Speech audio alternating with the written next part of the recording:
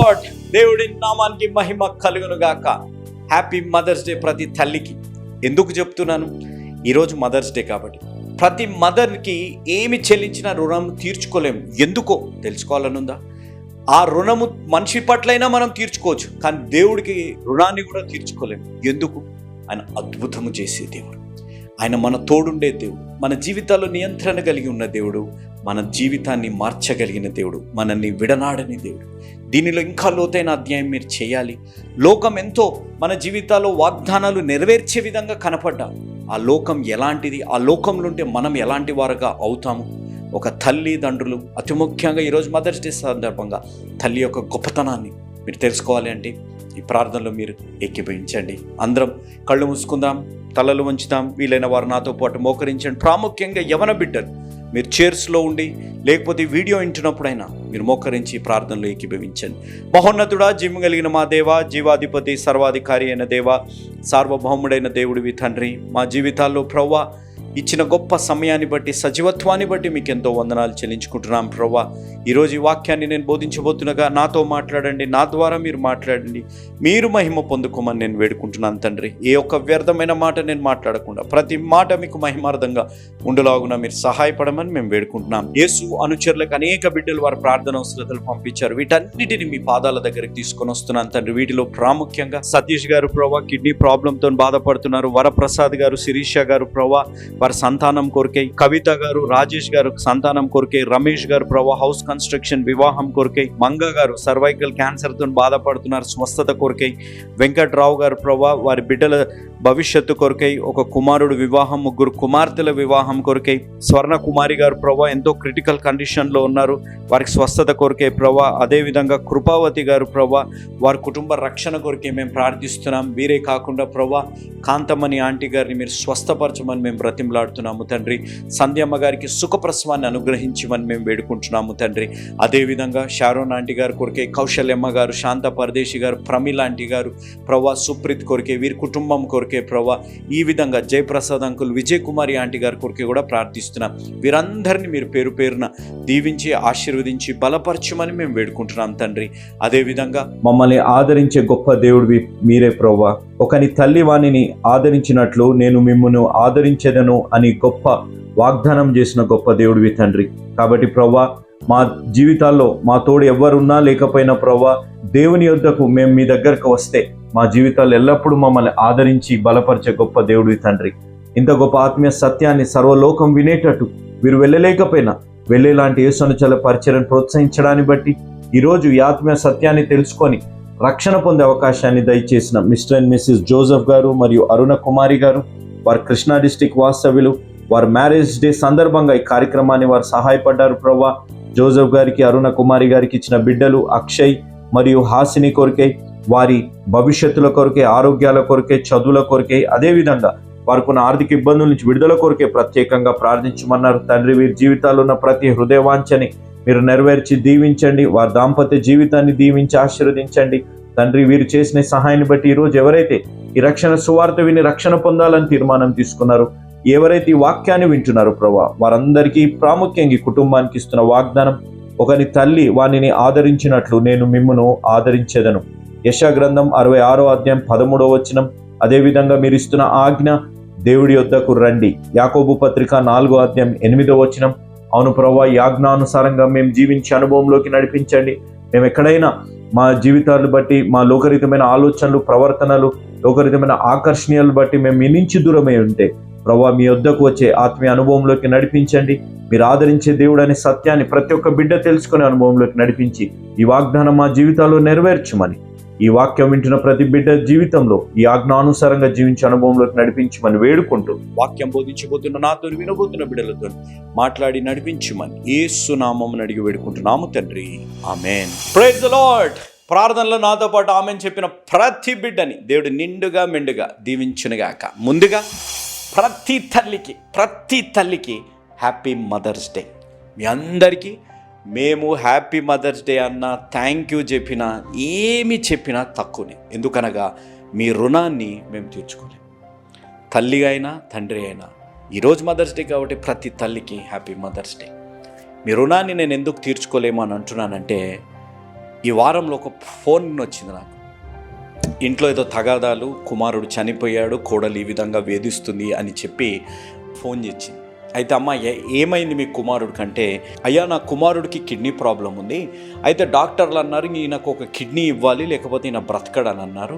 కట్టుకున్న భార్య అయ్యా, ప్రమాణాలు చేసిన భార్య అయ్యా, ఆమె ఆస్తి కోసం కొట్లాడుతుంది కానీ ఆమె చేసిన ప్రమాణంలో ఆరోగ్యంలో కానీ దీంట్లో కానీ సహకరించలేదు.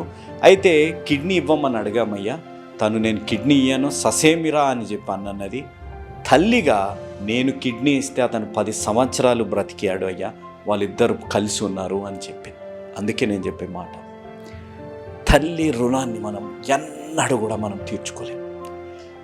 తల్లి రుణాన్ని తీర్చుకోవాలని అంటే తల్లిదండ్రులు కోరుకున్నట్టు, తల్లిదండ్రులు ప్రార్థించినట్టు మనం జీవిస్తే అదే వారికి సంతోషం ఇచ్చేది. ఈ వీడియో చూడండి. ఈ వీడియోలో బాబు ట్రైన్ ట్రాక్ మీద పడిపోయాడు. ట్రైన్ ట్రాక్ మీద పడిపోతే ఆ బాబుని కాపాడటానికి తల్లి ఆ బాబుని హద్దుకొని ట్రాక్ మీద అలానే ఉండిపోయింది. ట్రైన్ వెళ్ళిపోయాక అందరు దూకారు. అందరు దూకి సహాయం చేస్తానికి పైకి వస్తే ఆ తల్లి తన ప్రాణాన్ని పణంగా పెట్టి ఆ కుమారుని కాపాడింది.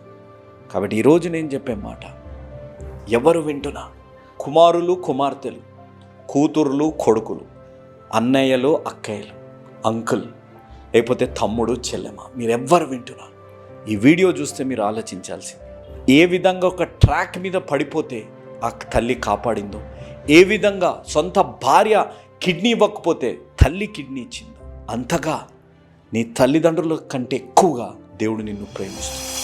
ఈ మాటను మీరు గుర్తుపెట్టుకోవాలి. చిన్నప్పుడు 2 పిల్లలు ఉన్నారనుకోండి, దేని కొరకు కొట్లాడుతుంటాం మనం? నా తల్లి, మై ఫాదర్, మై డాడీ, నా మమ్మీ అని కొట్లాడుతుంటాం. పెద్దగా అయ్యాక నీ మమ్మీరా నువ్వు తీసుకెళ్ళురా, నీ డాడీరా నువ్వు తీసుకెళ్ళురా అనే విధంగా ఉంటుంది కదా. చిన్నప్పుడు చూపెట్టే ప్రేమ, చిన్నప్పుడు చూపెట్టే ఆదరణ పెద్దగా అయ్యాక ఏమి చేస్తున్నాం మనం?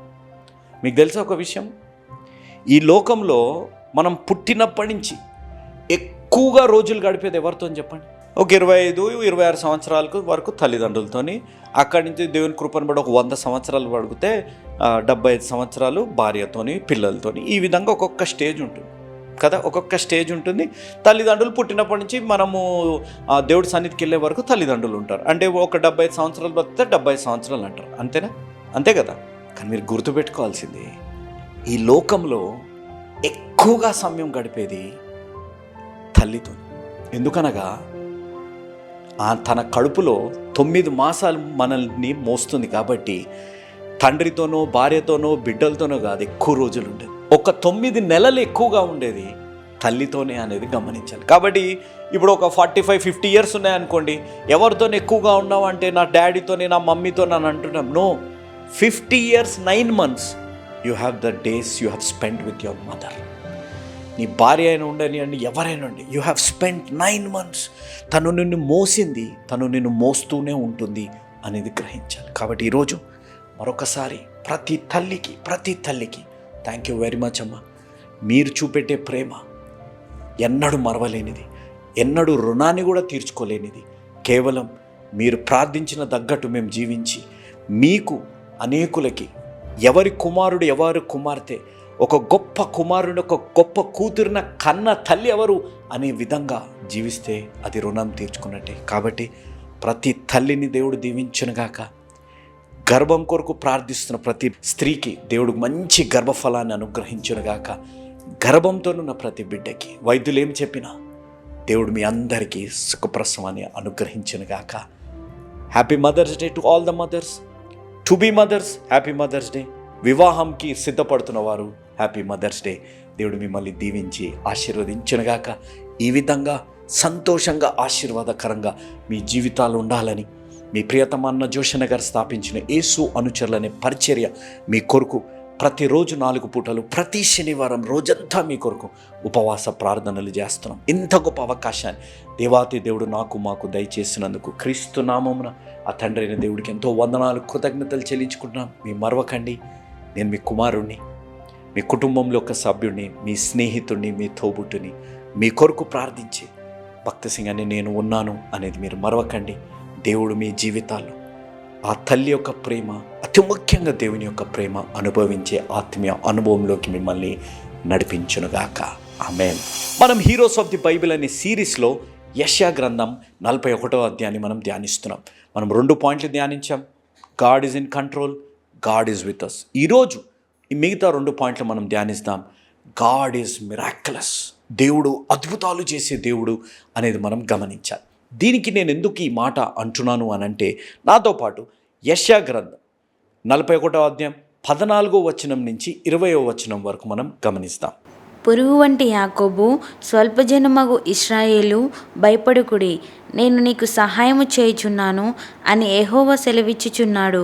ఇక్కడ మీరు గమనించండి, పురుగు వంటి యాకోబు. దేవుడు ఎందుకు పురుగుతోని పోల్చారు యాకోబు గారిని? మీరు ఆలోచించండి.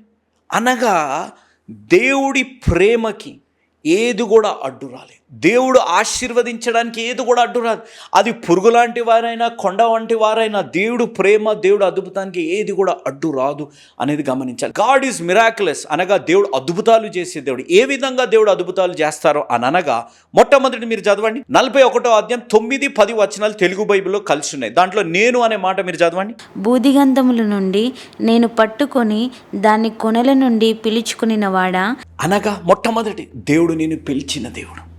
God is calling you, he called you. దేవుడు నిన్ను పిలుస్తున్నారు. నువ్వు అల్పమైన వాడిగా ఉన్నా, నువ్వు పురుగు లాంటి జీవితాన్ని జీవిస్తున్నా, నువ్వు బలహీనులుగా జీవిస్తున్నా, నువ్వు భయములో జీవిస్తున్నా, నిన్ను ఎవరు పట్టించుకోకుండా ఉన్న పరిస్థితుల్లో నువ్వు జీవిస్తున్నా, నువ్వు లోకం వైపు సహాయం కొరకు నువ్వు చూస్తూ జీవిస్తున్నా, దేవుడు నిన్ను పిలుస్తున్నారు.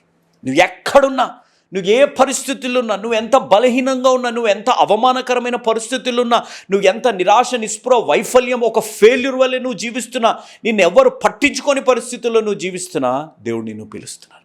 దేవుడు పిలిచి ఏమంటున్నారు? రెండోది మనం గమనిద్దాం. నీవు నా దాసుడవనియు నేను నిన్ను ఉపేక్షింపక ఏర్పరచుకొంటిననియు. ఆయన నిన్ను ఏర్పరచుకున్న దేవుడు. He chose you, God chose you. ఆయన నిన్ను ఏర్పరచుకున్న దేవుడు, నిన్ను ప్రత్యేకపరిచి ఉన్న దేవుడు. ఆయన నిన్ను జీవితంలో నిన్ను ఒక స్వకీయ సంపాద్యంగా జీవిస్తున్న దేవుడు. నువ్వు ఎవరిని నువ్వు ఎంచుకున్న వారు నిన్ను వదిలేసి వెళ్ళిపోయి ఉండొచ్చు. నువ్వు ఎంచుకున్న వారికి నువ్వు ఇష్టం లేకుండా ఉండొచ్చు. నిన్ను ఎంచుకున్న వారు నువ్వు మోసం చేసి ఉండొచ్చు.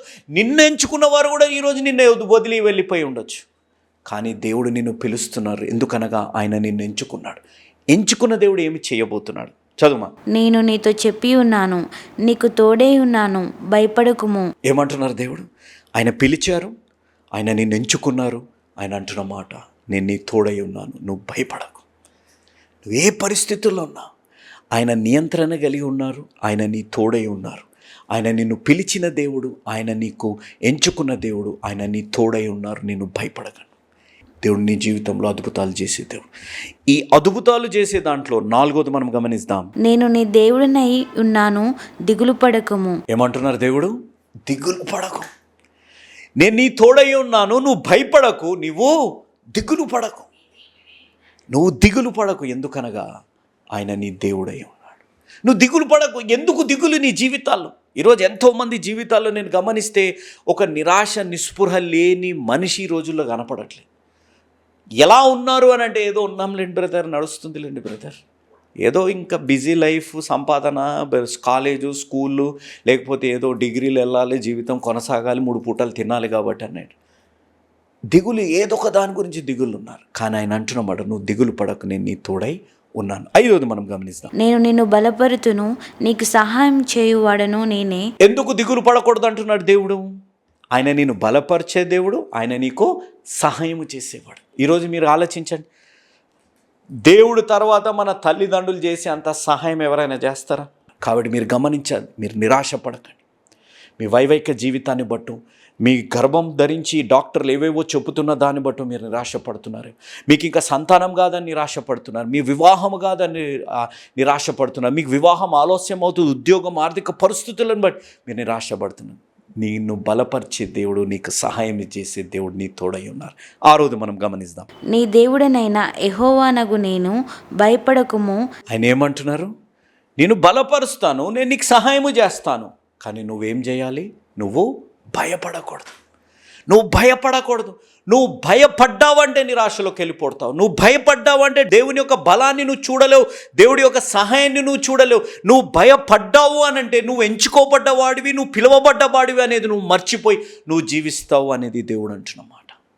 కాబట్టి దేవుడు ఈరోజు తమ్ముడు, చెల్లెమ, అక్కయ్య, అన్నయ్య, అంకులాంటి లోకం నిన్ను భయపడుతుంది, పరిస్థితులు నిన్ను భయపడతారు, నీ జీవితంలో ఉన్న మనుషులు భయపడతారు, నీ జీవితంలో ఉన్న ప్రతి చుట్టుముట్టున్న పరిస్థితులు నిన్ను భయపడతాయేమో. కానీ దేవుడు అంటున్న మాట, నువ్వు భయపడకు. మనం 7వది మనం గమనిద్దాం. నేను నీకు సహాయం చేసేదనని చెప్పు, నీ కుడి చేతిని పట్టుకొనుచున్నాను. మీరు ఆలోచించండి, అబ్బా మాటలకి బాగానే చెప్తారండి అని మనం అనుకోవచ్చు. కానీ దేవుడు అంటున్న మాట, నేను నీకు సహాయము చేస్తాను, నీ కుడి చేయిని నేను పట్టుకుంటాను కదా. దేవుడు ఎంత గొప్ప దేవుడు అండి, ఎంత గొప్ప దేవుడు అండి. పేతురు గారు ప్రార్థించారు, అయ్యా నువ్వు దేవుడు అయితే నన్ను కూడా నీళ్లపై నడిపించు. యేసు ప్రభువారు తర్వాత నీళ్లపై నడిచింది ఒక 2 అడుగులనే వేసింది ఎవరు అనగా పేతురు గారే. ప్రార్థన ఆలకింపబడ్డాక ఆ దిక్కులు చూసేస్తున్నాడు కదా. మన లైఫ్లో కూడా అదే, మన లైఫ్లో ప్రార్థన ఆలకింపబడింది అని అంటే దిక్కులు చూస్తుంటాం దేవుడి వైపు చూడకుండా. కానీ ఎప్పుడైతే ఆయన దిక్కులు చూసి మునిగిపోయాడు, దేవుడు ఆయనకు సహాయం చేశాడు. దేవుడు నామానికి మహిమ కలి. దేవుడు ఆయనకు సహాయం చేసి ఆయన కుడి హస్తంతో ఆయనని లేవనెత్తారు. తర్వాత 8వది, నేను నీకు సహాయము చేయుచున్నాను అని యెహోవా సెలవిచ్చుచున్నాడు. ఏమంటున్నారు దేవుడు? నేను నీకు సహాయము చేయుచున్నాను. దేవుడు నీకు సహాయం చేసేవారు. ఆయన జీవం కలిగిన దేవుడు సహాయం చేసేవారు. మీరు అనుకోవచ్చు, ఆయన సిలువపై 3 మేకుల్ని పీక్కలేకపోయాడని అనుకుంటున్నారు. కానీ సిలువ తర్వాత పునరుద్ధానుడైన దేవుడు అంటున్న మాట, నేనే నీకు సహాయం చేయవాడని. మనుషులు సహాయం చేస్తారని మాటలు మాట్లాడుతుండొచ్చు, కానీ ఆ దేవుడే నీకు సహాయం చేసేవాడు. తర్వాత మనం గమనిస్తాం, యెహోవా అను నేను వారికి ఉత్తరం ఇచ్చేదను. దేవుడు ఏమంటున్నారు?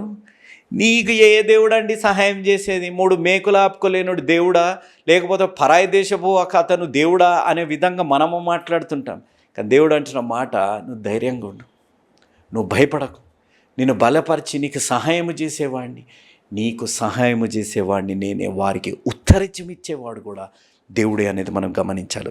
తర్వాత ఇశ్రాయేలు దేవుడైనా నేను వారిని విడనాడను. ఏమంటున్నారు దేవుడు? ఇది అద్భుతమైనది. ఏమంటున్నారు దేవుడు? నేను వారిని విడనాడను. దేవుడి నామానికి మహిమ కలుగును గాక.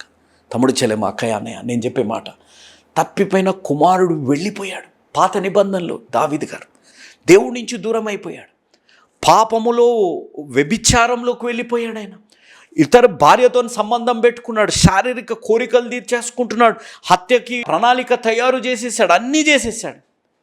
కానీ దేవుడు ఆయనను విడనాడలేదు.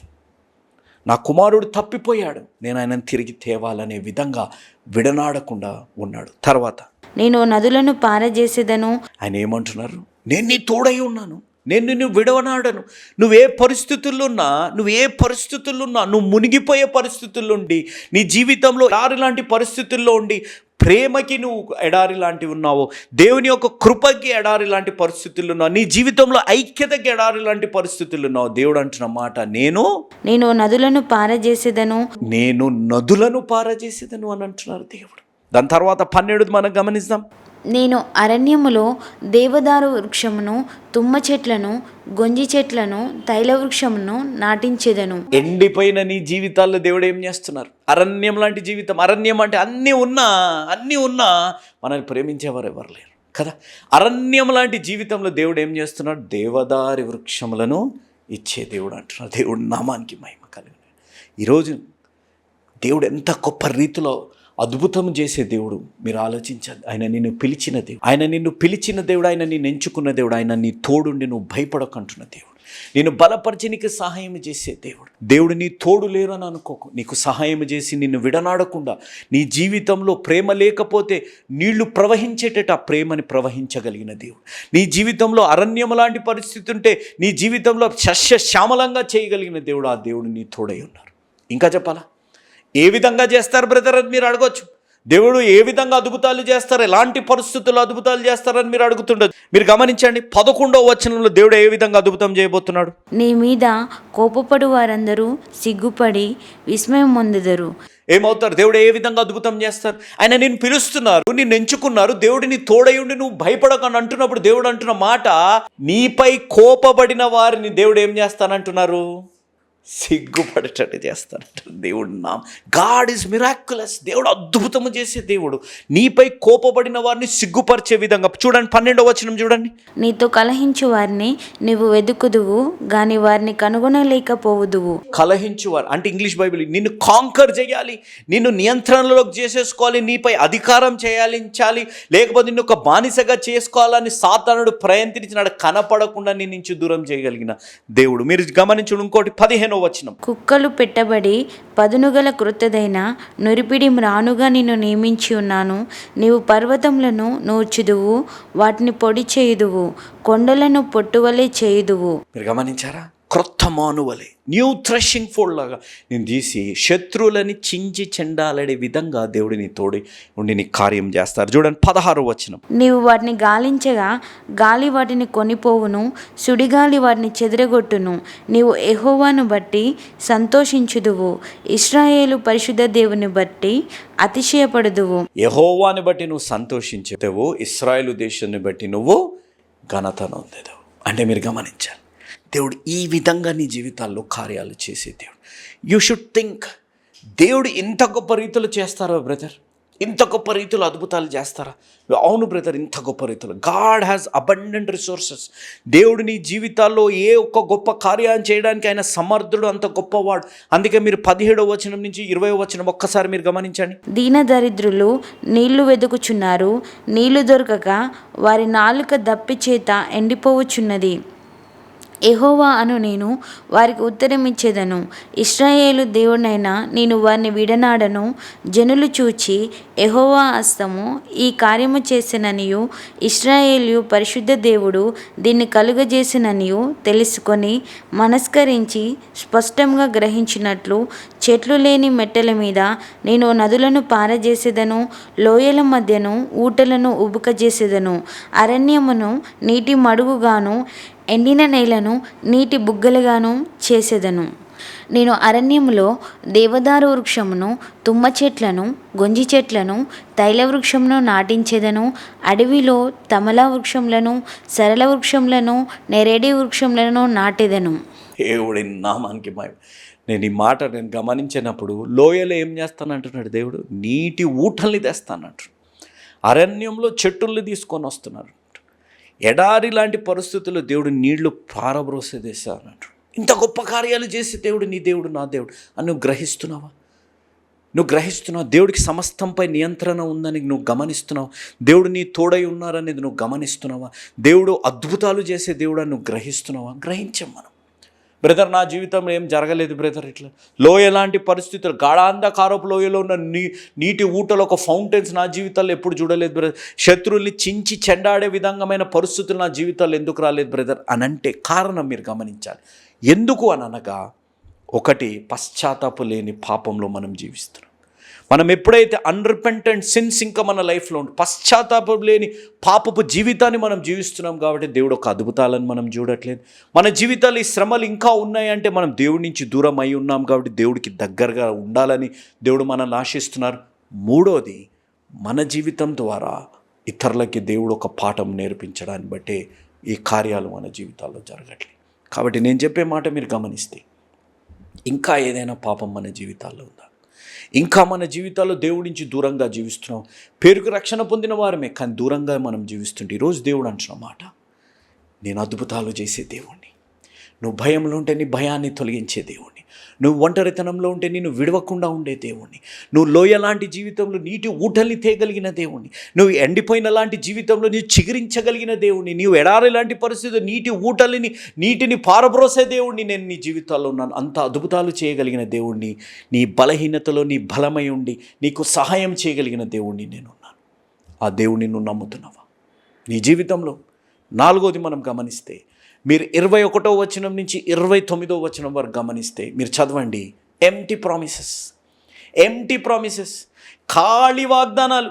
చూడడానికి మన జీవితాలు అబ్బో ఎంత అద్భుతంగా ఉంది కదా. నిన్ను విడనాడకుండా నీ తోడుండి నీకు సహాయం చేసి నువ్వు భయపడకు అని నీకు ధైర్యం చెప్పే దేవుడిని మీరు నమ్మండి. ఈ ఖాళీ వాగ్దానాలను మీరు నమ్ముకుంటే చూడడానికి బాగా కనపడతాయి, అవి ఖాళీ ఉత్తుత్తి వాగ్దానాలు, దాంట్లో జీవం లేని వాగ్దానాలు. వాటిని నమ్ముకుంటే మన జీవితాల్లో కూడా జీవం లేకుండా మనం బ్రతుకుతాం. అలాంటి బ్రతుకులు మన జీవితాల్లో ఉండకుండా ఉండాలి అనంటే ఇదే అనుకూల సమయం, ఇదే రక్షణ దినం. ఈరోజు ఈ వాక్యాన్ని వింటున్న వారు, తమ్ముడు, చెల్లెమ్మ, అక్కయ్య, అన్నయ్య, అంకుల్, ఆంటీ, తల్లి తన త్యాగాన్ని మనం ఎన్నడూ మరవకూడదు. మీరు ఈ వీడియోలో ట్రైన్లు చూస్తే అందరు స్పెక్టేటర్స్ కదా, అందరూ ఏదో క్రికెట్ మ్యాచ్ చూస్తానికి వచ్చినట్టు అందరూ ఉండిపోయారు. కానీ తల్లి తన ప్రాణాన్ని పణంగా పెట్టి ఆ కుమారుడిని కాపాడింది. దేవుడు కూడా ఆయన కుమారుడి ప్రాణాన్ని త్యాగం చేసి మనల్ని కాపాడారు. అంత గొప్ప ప్రేమ దేవుడిది, అంత గొప్ప ప్రేమ తల్లిదండ్రులది. నేను చేతులు జోడించి చెప్తున్నాను, తల్లిదండ్రులను సన్మానించి గౌరవించండి. ఈరోజు వెళ్ళండి, ప్రతిరోజు వెళ్ళండి, తల్లిని హద్దుకోండి, తల్లికి ఒక ముద్దు పెట్టండి, మమ్మీ ఐ లవ్ యూ అని ఒక మాట చెప్పండి. స్నేహితులకో లోకరితమైన ప్రేమలకో కాదు, తిన్నావా పడుకున్నావా ఇంకా చెప్పు అనే మాటలు వాళ్ళతో కాదు, తల్లిదండ్రులను అడగండి. నేను ఎందుకు ఈ మాట అంటున్నాను అనంటే, నా జీవితంలో నా తండ్రి నాకు లేరు, కానీ నా తండ్రి స్వరం వినాలని నాకు ఎంతో ఆశ. నా తండ్రి నన్ను బక్సింగ్ బాబు అని పిలిచేవారు, నా తండ్రి నన్ను ముద్దు పేరు పెట్టి పిలిచేవారు. ఈరోజు నా తండ్రి పిలుపుని నేను వినలేను, కానీ నేను ఒక రింగ్ టోన్ చేసుకున్నాను. మీరు ఈ రింగ్ టోన్ వినండి, నా తండ్రి నన్ను పిలిచినట్టే ఉంటుంది.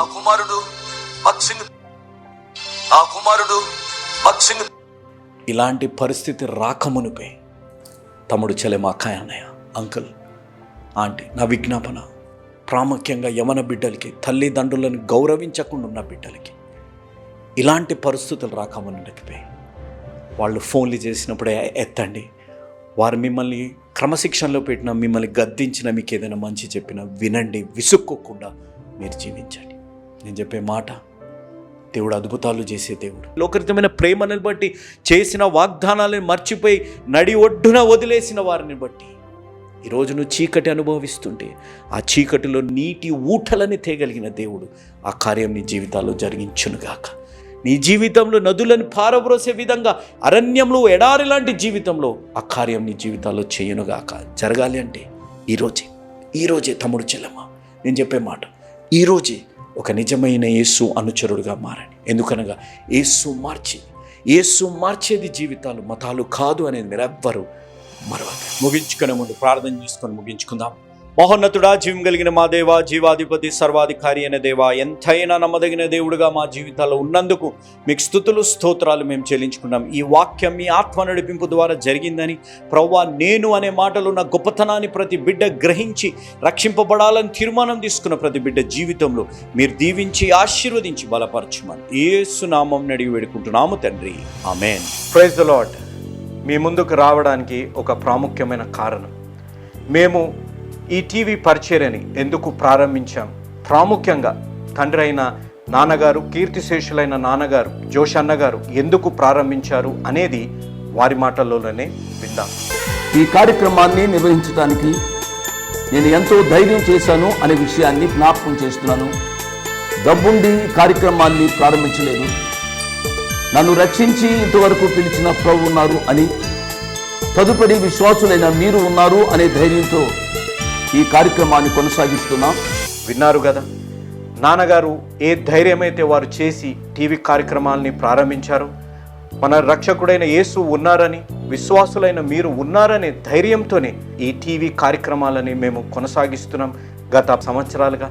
ఇక ముందు కూడా మేము కొనసాగించాలి అని అంటే మీలో విశ్వాసులైన మీరు, ప్రేరేపింపబడ్డవారు మీరు, వచనం వెంబడి వచ్చిన ధ్యానాలు జోషన్న గారివి, పాయింట్ వైజ్ ధ్యానాలు జాన్ స్పర్జన్ గారివి, హీరోస్ ఆఫ్ ది బైబిల్ అనే సిరీస్ ధ్యానాలు భక్త్ సింగ్ నావి కొనసాగేటట్టు మీరు ప్రేరేపింపబడితే, మీరు సహాయం చేసి మీరు నేరుగా నాతోని మాట్లాడవచ్చు. నాతో మాట్లాడి మాకు సహాయం చేయాలనేది నా మనవి. కాబట్టి మీరందరూ ఏ భారమైతే, సేవా భారమైతే నాన్నగారు గత 40 సంవత్సరాలుగా ముందుకు కొనసాగించారు, ఇప్పుడు యవనస్తులమైన మా అన్నగారు జాన్ స్పర్జన్ గారు మాపై ఉంది. కాబట్టి మీరు కూడా ఏ విధంగా నాన్నగారిని అయితే ప్రోత్సహించారు, నాన్నగారిని ఆదరించారు, మమ్మల్ని కూడా ఆ విధంగానే ప్రోత్సహించి ఆదరిస్తారని నమ్ముచు సెలవు తీసుకుంటున్నాను. దేవుడు మిమ్మల్ని దీవించి ఆశీర్వదించునుగాక. ఆమేన్.